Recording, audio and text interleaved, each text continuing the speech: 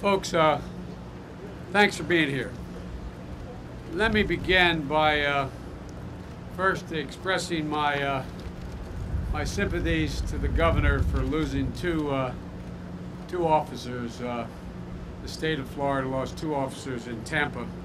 David Curtis, who was 31 years old, was the father of four boys. He served nearly 4 years at the Tampa Police Department.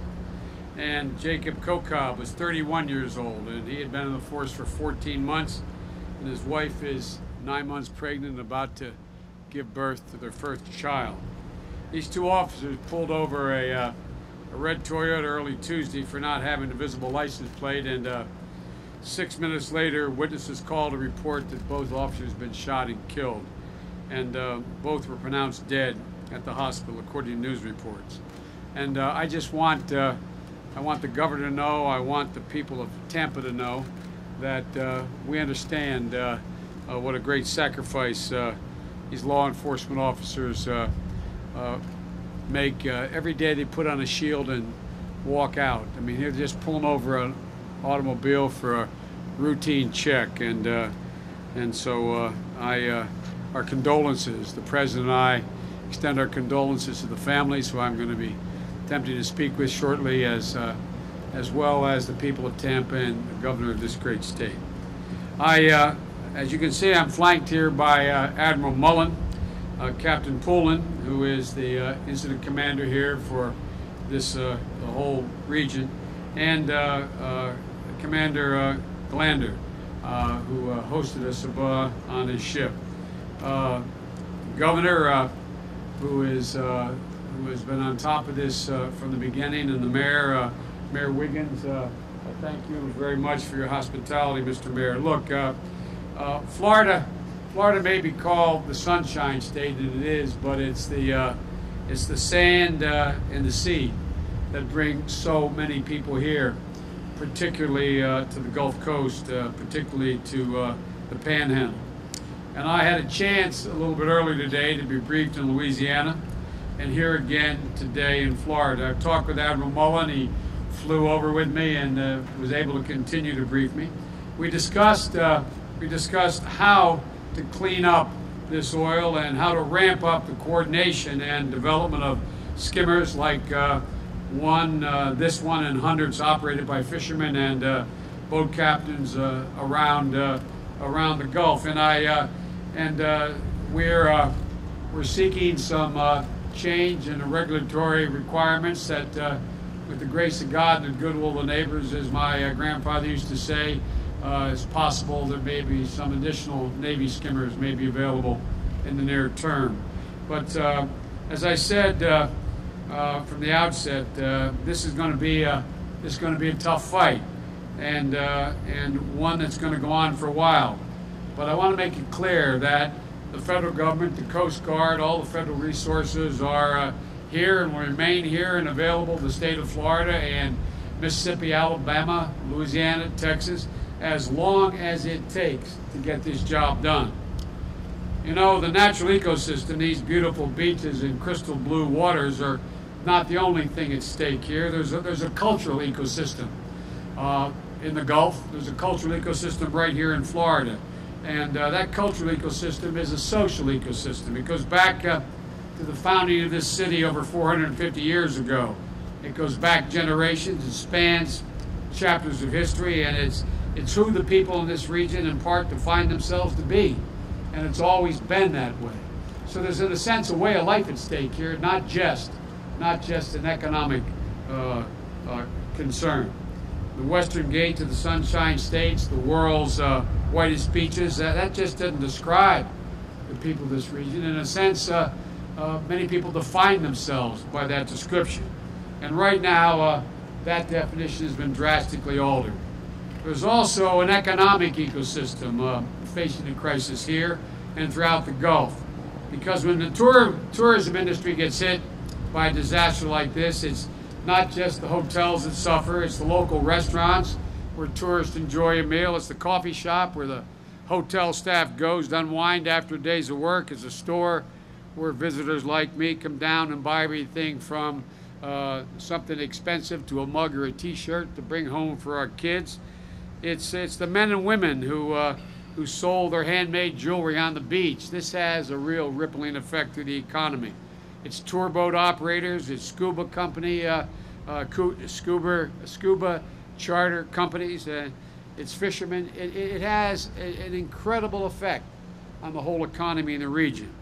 And we're going to be doing all we can to stop this oil before it reaches the shore and to clean up that which does reach the shore. But it's clear that its presence, the presence of this oil spill, are being felt throughout the entire region.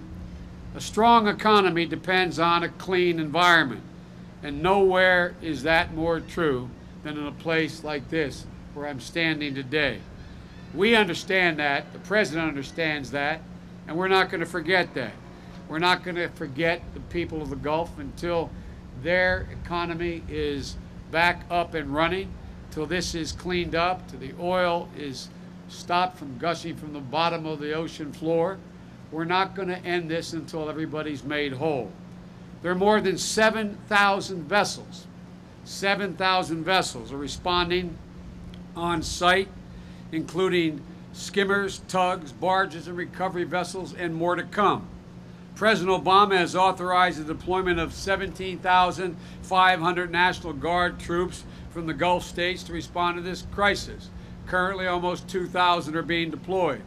More than 7.5 million feet of boom have been deployed to contain the spill. More is ordered, more is on the way. And more than 28 million gallons of oil-water mix have been recovered.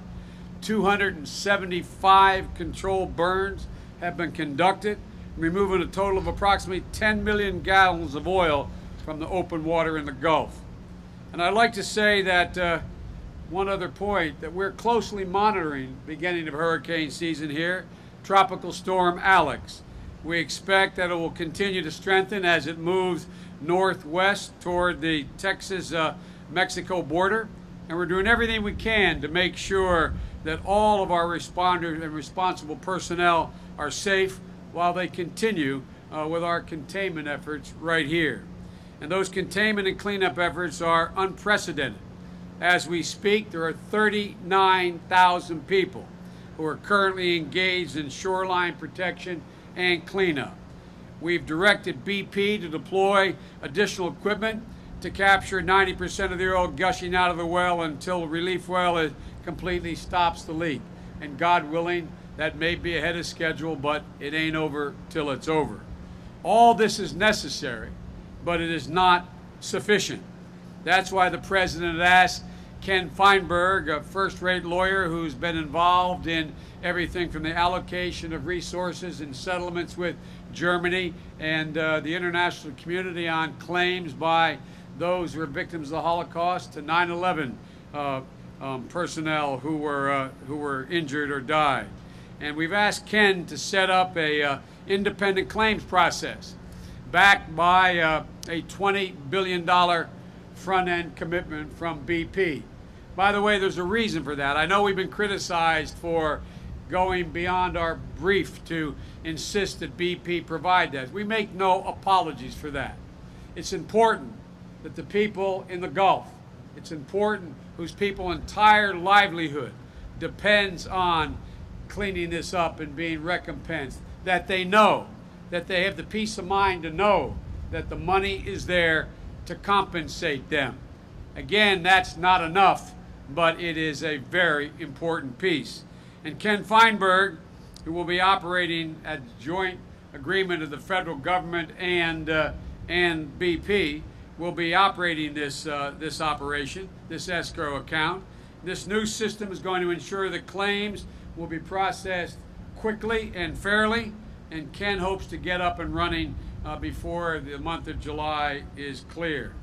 And speaking it clear, it's clear this crisis doesn't end when the oil stops flowing. And our efforts aren't going to end when the oil stops flowing either.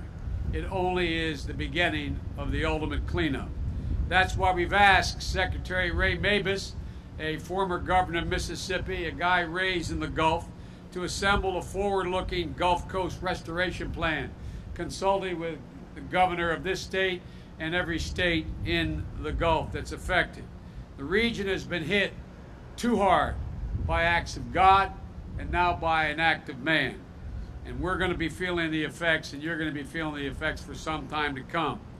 But we also intend to stick with this region until it is made whole, so that we can repair the economy and rebuild the ecosystem and restart a way of life from Louisiana to here. Everybody has been affected by this in ways that I don't think people outside the region fully understand. I'll conclude by saying again, Governor, I want to thank you, I want to thank the mayor, and I particularly was impressed in our briefing the way you and the mayor were so grateful and appreciative to the Coast Guard for the job they're doing. So Admiral Allen, I want to thank you, and we got a lot more work to do, folks, but the one message I have from the President and me, we're not going anywhere. We're staying here until this job is done. You can count on that. We understand just how much is at stake. Thank you all very much, and thank you for the briefing, gentlemen.